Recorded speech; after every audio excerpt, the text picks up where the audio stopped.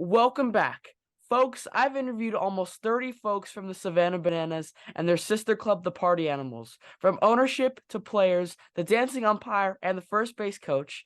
But today, things are really heating up. I'm Grayson Knight, and this is Baseball Podcast Are Fun. Collin Ledbetter joins me today, and he'll tell me if I'm wrong, but we're going to make some actual history, not just for my show, but the Bananas organization as a whole. Colin has been a banana and party animal, but now with the addition of a new third team, him and his new teammates are about to be the hottest team in sports. Folks, please welcome Colin Ledbetter. How are you, Colin? Hey guys, I'm doing well, Grayson. How about you? Yeah, I'm doing great so far, and thank you for coming on the show.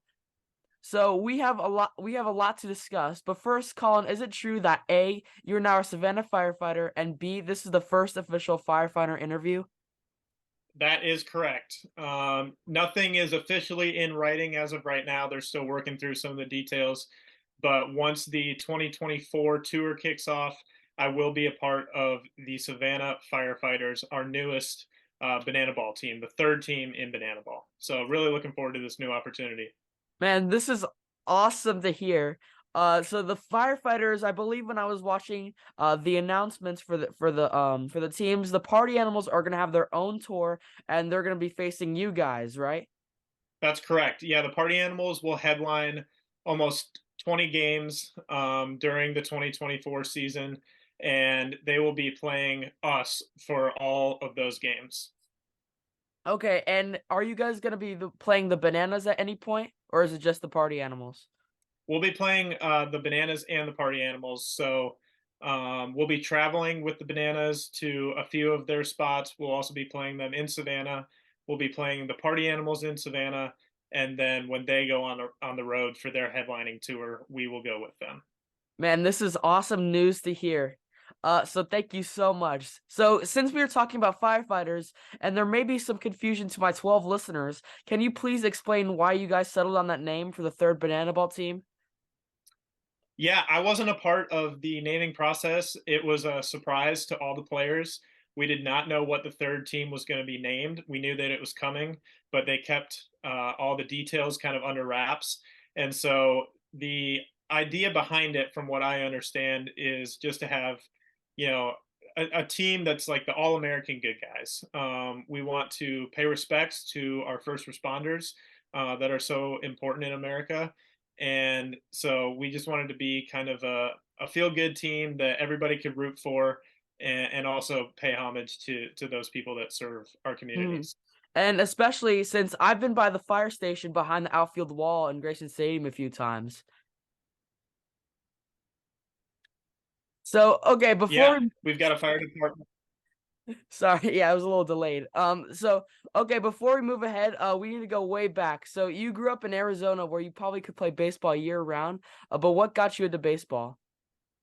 Yeah, so playing baseball my whole life. I was born in Illinois, where most of my family is from, and grew up playing multiple sports: baseball, basketball, soccer, and just fell in love with baseball pretty early on. And my dad, he made sure that whatever I wanted to do, both of my parents were very sacrificial and very accommodating in letting me try lots of different things and making sure I was where I needed to be.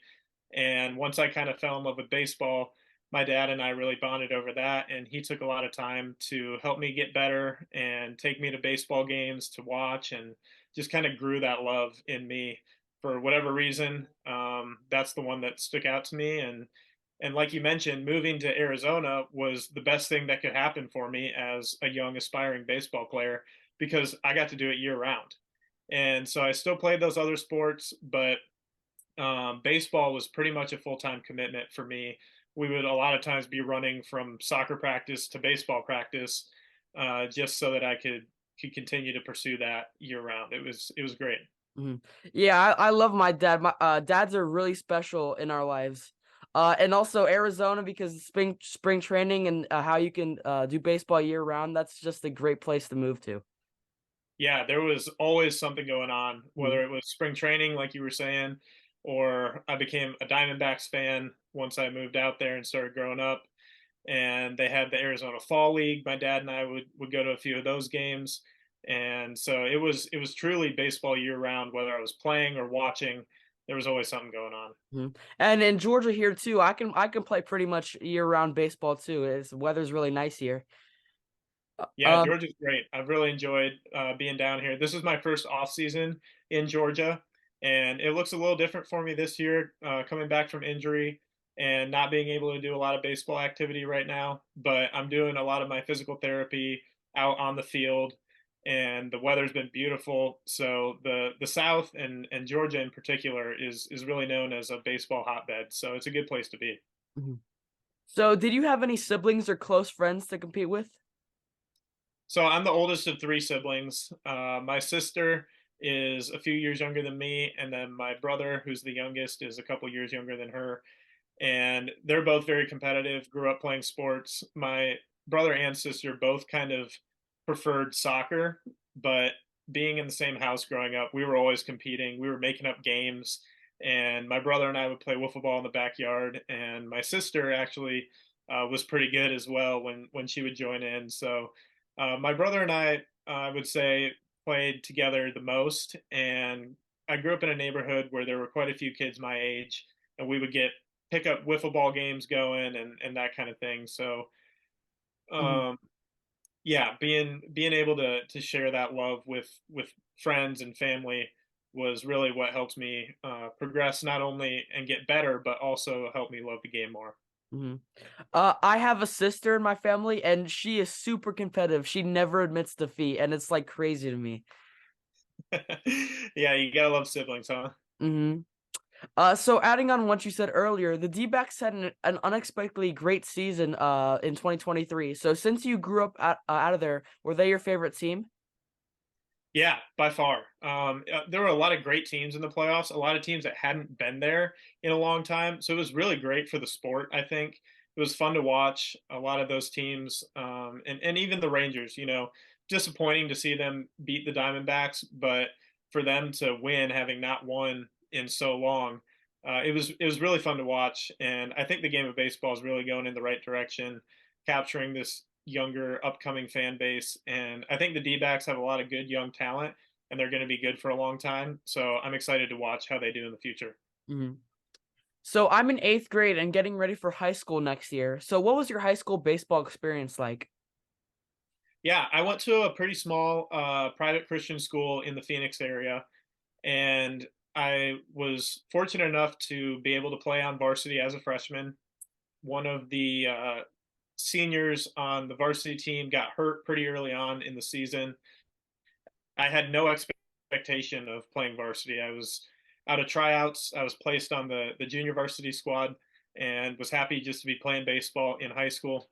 And as soon as one of the guys got injured, they called me up, so to speak, and I did pretty well for myself right away and was able to find a spot in the lineup pretty consistently, and that just really boosted my confidence. And so my sophomore year, I went through some ups and downs. It was not my best year. I struggled at the plate, struggled in the field, and was not pitching a whole lot. And so that really kind of made me focus on where I needed to improve and what I needed to do to compete at that level, and thinking ahead to what I need to do to play at the next level. So I came back my junior year, had a really good season, started getting some interest from some small colleges, and then my senior year was maybe the most fun I've ever had playing baseball. We had a really good team, really great group of guys that I still call friends to this day. Our coaching staff was amazing, and we actually won the state championship my senior year, which was just the cherry on top to an awesome high school career. And yeah, looking back, my high school baseball years were some of the best years of my life. Alright, so you mentioned that you were in the lineup and in the field. So, what position did you play besides pitching? Yeah, so as I'm primarily a pitcher now, that was not always the case. In high school, I hardly pitched at all. I started out as an infielder, played a little bit of second base, third base, and then as I got a little bit older, played outfield, and always loved hitting. It's still one of my favorite things, and I wish that I could do it more. And I was good at it back then. Now at the professional level, pitchers are pretty good and hitting's pretty tough. So I don't know if I would be as successful, but I loved hitting, loved playing the field. And so third base and outfield, I would say, were my primary positions in high school. When's the last time you had a batting practice? We got to take batting practice a few times during the tour this past summer, and I could still swing it pretty well in BP. Still got a little bit of juice, put a couple balls out, but against live pitching, it's a little bit tougher. So Yeah. I don't know how I would do in that setting. Uh-huh. I play wherever I need it except catcher. I think catcher's like the only position that's like I don't want to play. Like I could literally play any position you want me to, except catching.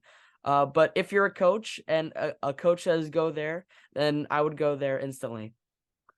Yeah, for sure. I think that's really good. I think at your age, being as versatile as you can and playing as many positions ultimately helps you down the road. I think that I'm a better athlete because I wasn't locked down to one position and playing other sports as well. So I played basketball pretty much all the way through high school as well, except for my senior year. I stopped to focus just on baseball.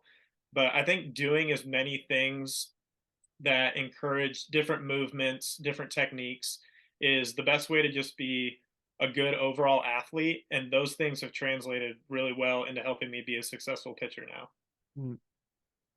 So, Colin, I think you had some injury issues this past Banana Ball World Tour, but I've been talking to a lot of my guests about what they do to overcome adversity. So, for you, how do you deal with injury while continuing to keep fans first?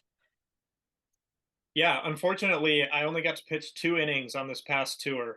It was the first time that I've really missed an extended period of time. I had a couple injuries in college that kept me out for a while, but nothing quite as serious as this elbow injury that I dealt with this past year. And it was tough, not being able to be on the field with my teammates doing what I love. It was hard, but those guys in the clubhouse were so supportive. I think one of the most important things when you're going through an injury or any adversity in life is the support system that you surround yourself with. And I truly believe there's no better place to be for a support group than in Banana Land. Everybody from the front office to the coaches to my teammates and especially to the fans. Like you show up at the ballpark and there's 10,000 screaming fans that all have a smile on their face. You have a chance to make an impact. And so the biggest thing for me was finding other ways to contribute. And that really gave me a purpose when I was at the field. And I knew that there were other ways I could make a kid smile without having to play. So I think you have to kind of stop feeling sorry for yourself and look for ways that you can be helpful and just think about how truly blessed you are to be in that situation. I know there were a lot of people that would love to be in a Bananas jersey or in a Party Animals jersey and on a field in front of 10,000 people. And so just being able to show up every day in that environment was really encouraging for me. Um, and my faith has always been something that's super important to me.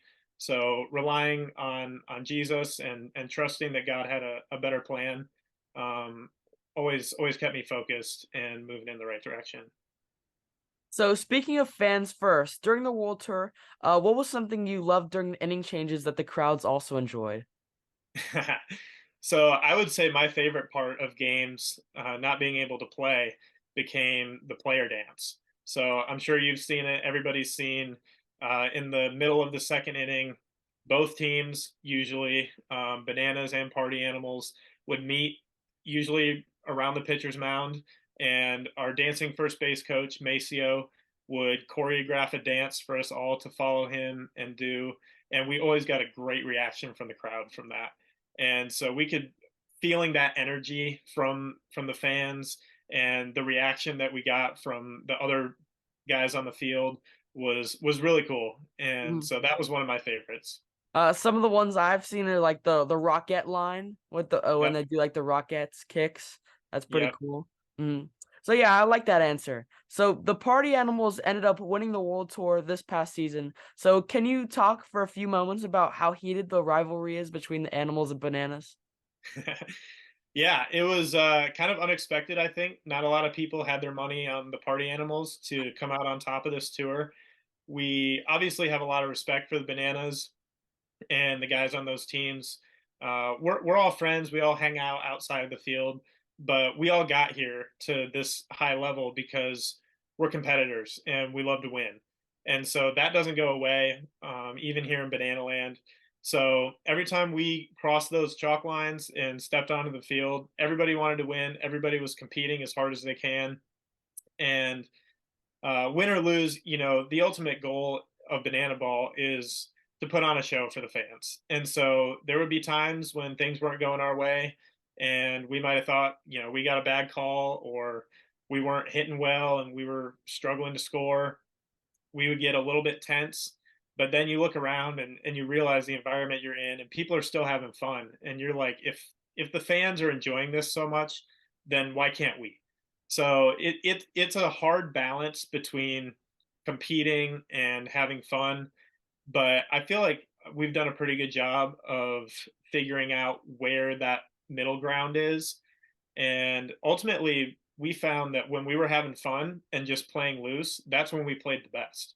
So I think there's a lot of life lessons in that. No matter what the arena is or what aspect of life you're going into, if you can learn to not take yourself so seriously and not put so much pressure on the results, you usually end up performing better. And so we were obviously really happy to come out on top. Everybody wants to win, like I said. And so being able to stand and dogpile on that pitcher's mound after the last game was a memory that I'll never forget, especially with that group of guys that we had. But at the end of the day, we're back in the locker room with the Bananas guys playing music, all high fiving and hugging and saying congrats. So it's a really special place and a really unique environment. And you guys got rings, right? We have not gotten rings yet. We're talking about it. They are probably going to be ordered here soon. But we all decided that we wanted to commemorate this special season. And so I think rings are definitely on the way. All right, well, good luck next season. Appreciate it. Yeah, it's going to be a whole new challenge with the firefighters. It's starting to feel more and more like a league, quote unquote, where we're going to have some battles against somebody that's not just the Bananas and Party Animals. It gets kind of repetitive seeing the same guys every day. So it'll be nice to switch it up a little bit and obviously add in some more competition. So I'm excited to see how the firefighters go up against the other two teams this year. So I got a question. So when they were announcing their cities, did they add that the party animals and the firefighters were going to a major league stadium, or is that only reserved for the Bananas? So the firefighters will be playing at one major league stadium. That's going to be Nationals Park in Washington, D.C. And the firefighters will be playing the Bananas there. So that's going to be really cool. The Bananas and Party Animals will be playing at 6 other MLB stadiums as well. But the firefighters will be at that one major league stadium at Nationals Park. So really, really excited for that. Yeah, that sounds fun at Nationals Park. Um, so do you think the firefighters will be super competitive next season?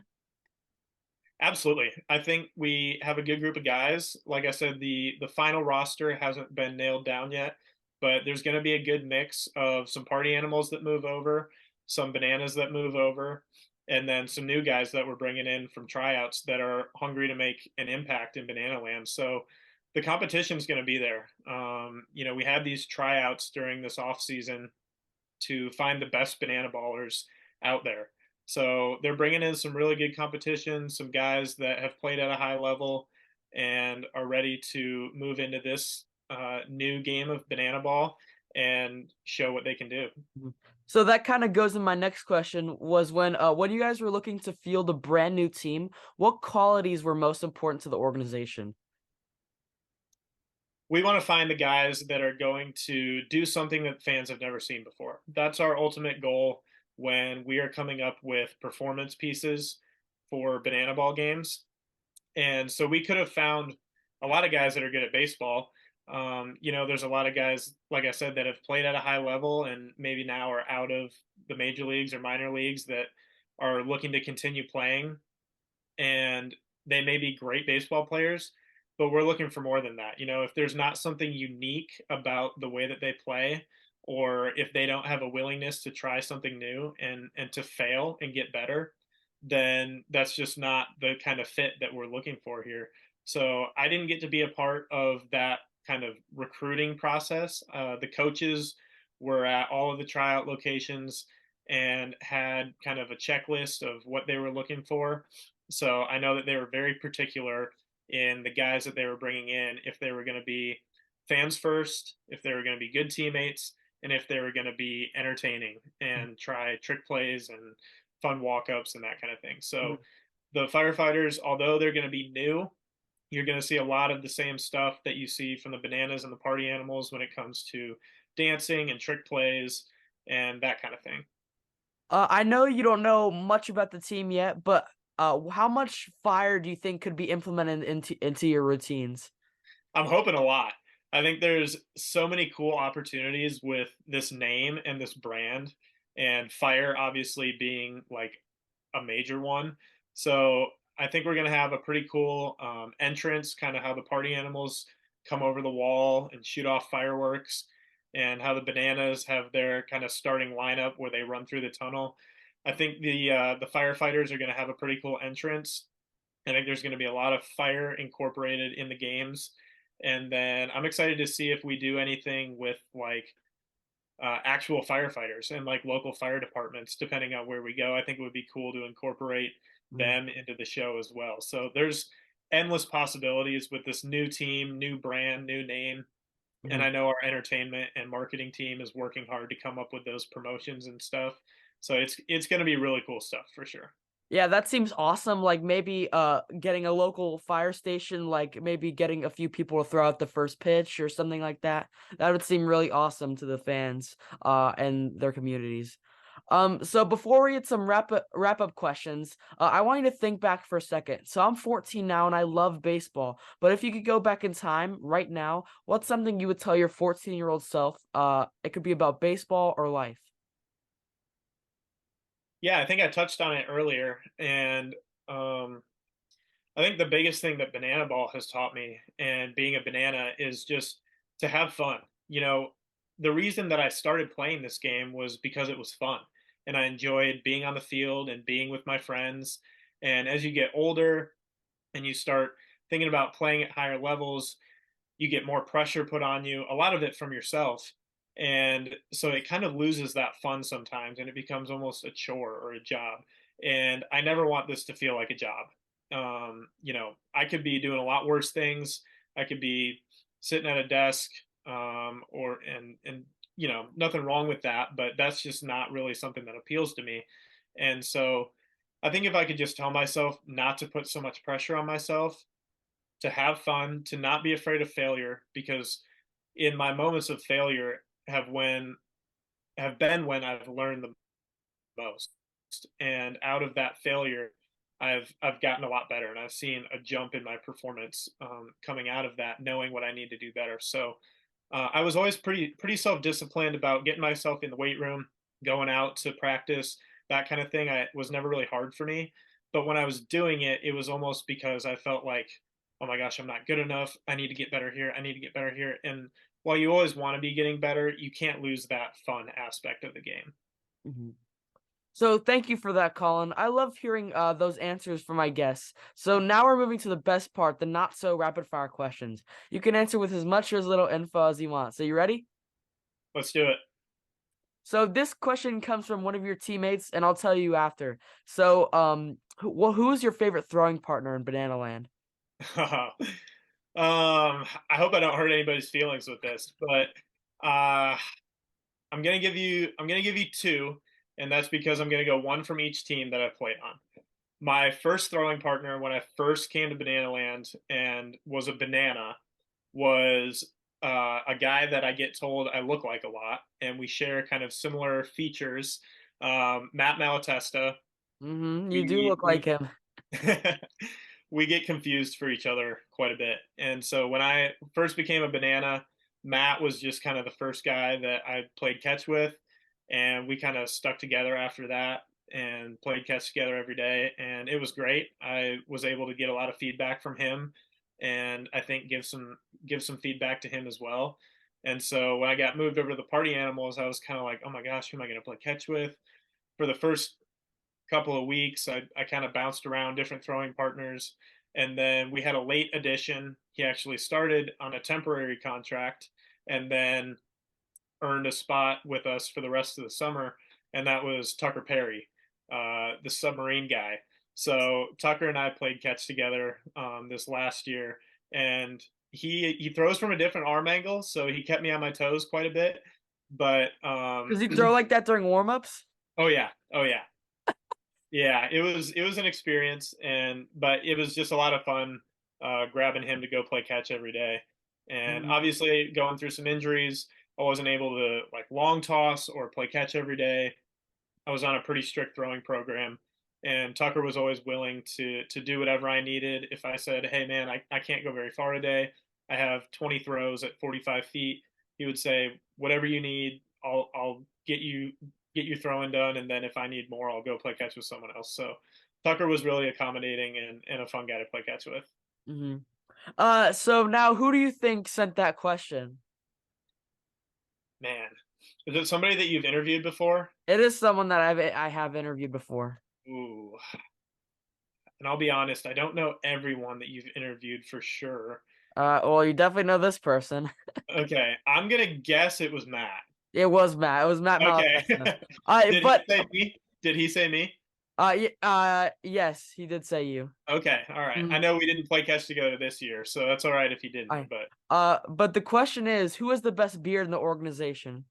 oh man, that's tough. I would love to put myself up there. I feel like mine's pretty full. I've never let it get very long. I like to keep it pretty trimmed up. Matt, when he grows his out, is pretty good.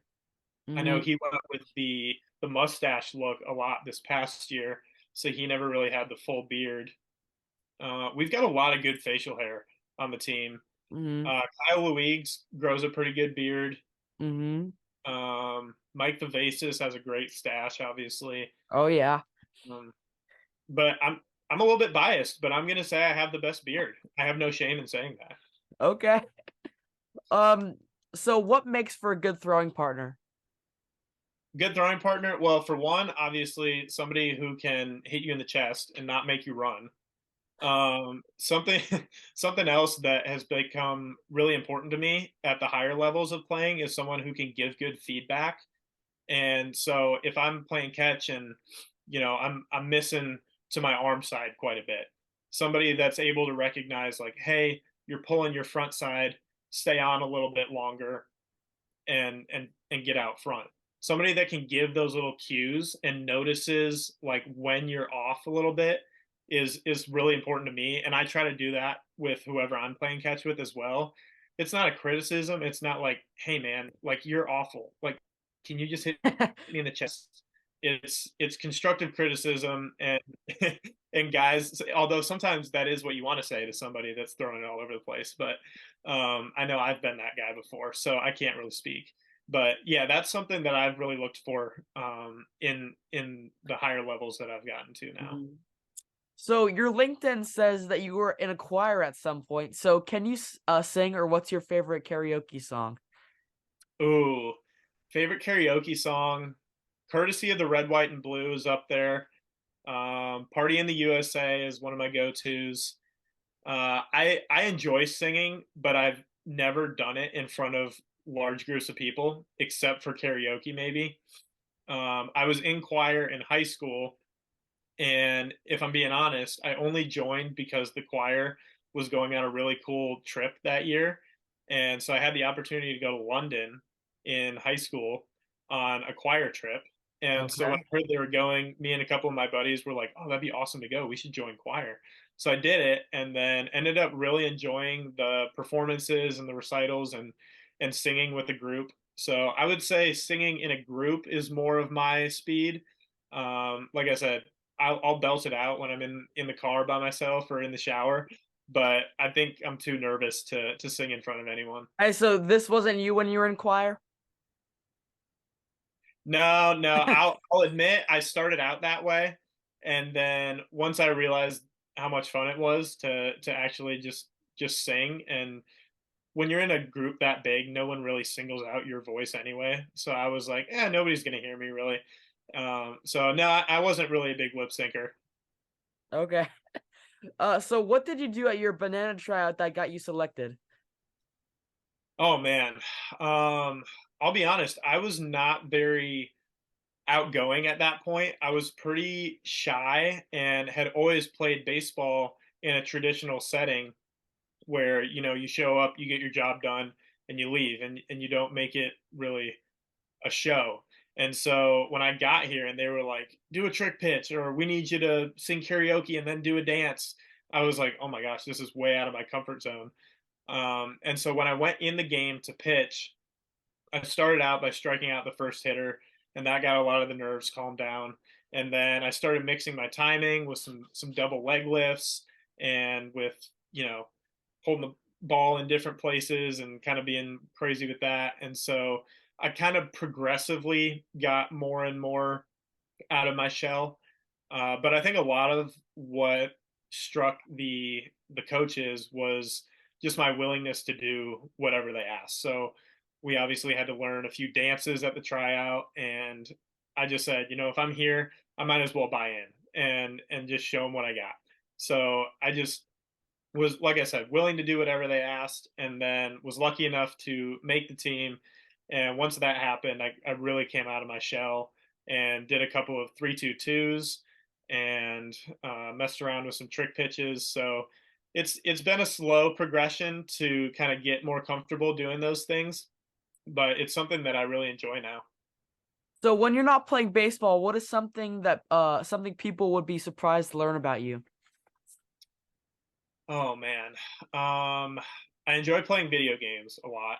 I don't know if that's really a surprise, but I play a lot of Fortnite, Call of Duty, MLB The Show, MLB. and love doing that. Love doing that with my buddies, hopping online and playing with either my teammates or friends from college, that kind of thing.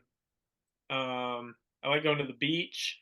Living here near Tybee Island has been great. I've never really lived that close to a beach before, so I like to go be by the water a lot. Um, I would say one thing that most people wouldn't assume probably is that I like musicals and performances, and had the really cool opportunity when we were in Oklahoma City to go see Hamilton in the theater there on one of our off days. That's my favorite musical by far. Mhm. And so that was really cool to be able to see that in person. Uh, We're going to see Hamilton this January. are you really? Where at? Yeah. At the Fox Oh, in very cool. Atlanta. In Atlanta, yeah. Nice. Have you Mhm. seen it before? I saw it on the Disney Plus. Okay. Uh, but no, never in person. Nice. Yeah, I saw it first on Disney Plus and watched it probably 10 times on there, and finally had the opportunity this past summer to go see it in person. And I can honestly say, like, no matter how many times you've seen it on TV, it doesn't compare to seeing it in person. So I hope you enjoy it. I really had a great time going. Mhm. So DC or Marvel? Marvel, 100%. Marvel, why? Oh man, I like the characters better. I will say one of my favorite movies of all time is The Dark Knight. I know Batman is DC, Yeah. and I think that movie is incredible. That could just be because I think Christopher Nolan is one of the best directors out there, and so his movies are always some of my favorite. But following the MCU universe and kind of how all the stories fit together in this greater timeline is so interesting to me. And the characters, like I said, I think are just better than DC. Ah, there you go. You're Marvel repping. Studios. I'm assuming you're a Marvel guy then. Yeah. My Okay, dad has been to like so many of the sets, and it's so cool. really, that's awesome. Yeah. Who's your favorite character? My favorite character, probably like Spider-Man, maybe. I mean, that's so cliche, but yeah. No, Spider Man's up there for me. Mm. Which Spider Man? This is important. Which Spider Man? Let's go Andrew Garfield. Okay, that's my favorite as well. Mhm. Um, Tom Holland is close behind. I know there's a lot of my I mean, there's friends. only three Spider-Man to choose from, and they're all great. They're all great. I mean, you can't go wrong. Mhm. Tom Holland's up there for me, but I think Andrew Garfield has been my favorite. My favorite, personally, is Iron Man, my favorite Marvel character. I think it's just super cool how he doesn't really have any powers on his own. He's He just kind of super rich and smart. exactly, he kind of made them all for himself. And so I think that's pretty interesting. And then just his lifestyle is crazy. I think it's pretty cool. Tony Mhm. Stark is just a really cool guy. So my mom loves to know about game day superstitions. So do you have any? Oh man. I'm not very superstitious, I'll be honest. I one weird thing about me is I always put my left sock on before my right sock. Always have. My dad does that too, every single day. Yep, same. I don't know why or even how that started, but I always do that. Um, I would say probably about an hour before the game, I head out and start signing autographs and stretching. But the first thing I do when I get on the field is I jog from the dugout to the center field wall. I take a knee and I pray for a couple minutes, and then I stand up, I punch the wall twice, and then I run back to the line and start my routine. That just kind of turns my brain into game mode and tells me like, all right, now we go. And so that's just something that is kind of a consistent of my game day routine that helps me to just lock in. So if you could pitch against any MLB player, who would it be? Oh man, I'd love to pitch against anyone in the big leagues. But I think, you always want to put yourself up against the best and see what you got. So I think facing Shohei would be surreal. I think he would take me deep, probably 9 times out of 10. And then the But one time you would strike him out, right? yeah, exactly. And, Yeah. and that would be enough for me. So I've also got a couple of buddies that have made it up to the big leagues and some guys that I've played against in the past and had some success against that I would love to face again. Growing up in Arizona, there's a lot of great talent and a lot of guys that I played against that have had success at the professional level now. One guy that I faced in high school was Cody Bellinger, and I actually struck him out in the one time that I faced him. Wow. So I think it'd be interesting to see now how I would compete against him. I've had the opportunity to work out with some big leaguers in the off seasons. Tucker Barnhart was a catcher for the Reds and the Tigers and the Cubs, and he's a guy that I've formed a pretty good relationship with, but haven't gotten the chance to face him in the box. So I think that would be a pretty fun matchup as well. So, and then if I could pick anybody of all time, my favorite player growing up was Albert Pujols, and he's a guy that for whatever reason, I followed his whole career, starting at an early age, and facing him would be a pretty awesome experience as well. Mm. Well, yeah, that sounds awesome. All those guys, man, I would love to face them. So you have a master's in sports management. So what do you want to do with that? Yeah, so I never planned on getting my master's until I graduated with my undergrad, my bachelor's degree in sports management. And then I had a 5th year of eligibility because of a medical red shirt my junior year. And so I tossed around the idea of going to grad school. And one of my buddies actually convinced me to go to the school he was going to called Campbellsville University. And so we went there and played together. And, in order to play, obviously I had to be taking classes. So I worked towards my master's degree in hopes at the time to work in a major league front office. And my dream job was to be a general manager. And obviously that takes a lot of experience and a long time to climb that ladder to get there. But I always wanted to work in a major league front office in some capacity. Now I don't know if that's still really my dream. I really love being on the field, and I would love to maybe get into coaching or being an athletic director at a college, something along those lines where I'm a little more involved with the on-field stuff. So I'll definitely be around sports in some capacity, use that degree to be in a front office or in a dugout somewhere, and stay around the game of baseball. And last one, what's your favorite baseball movie of all time? The Rookie. The Rookie was a movie that my dad and I watched when I was probably, for the first time, probably 10 years old. And I just thought the story was incredible. And it's every kid's dream, right? To pitch in the big leagues. And I think they followed Jimmy Morris, the main character, his story really well. And it's been a movie that I feel like I can relate to a lot, going through adversity and being rejected and getting injured and not being able to play, but never losing sight of that dream. And so to see that dream be fulfilled at the end of that movie, for Jimmy Morris, it's just such a feel good story and one that's so inspiring. And so I can honestly say I've probably seen that movie over 100 times. Whenever it's on TV, I have to watch it. If I'm ever bored and don't know what to watch, that's usually my default. And so that one's definitely my favorite. There's a couple others that I really love, like For Love of the Game, and I don't know if you count this one as a baseball movie, but Benchwarmers, one of my favorite Oh yeah, movies. that's definitely a baseball movie. Yeah, right. Uh, but yeah, The Rookie, by far my favorite. Mm. What about you? I love. Keep going. What about you? Oh, I have like three. I have Field of Dreams, Mm, The Sandlot, and Major League. okay, yeah, those are all great, and I'm sure I'm forgetting a bunch of other movies, but any movie that has baseball in it, like I'm not going to dislike it.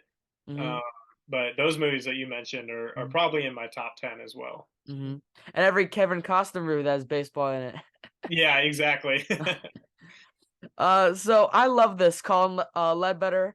So awesome. So I know this took a long time to make, but I'm glad it finally worked out. So anything else you want to add or ask me?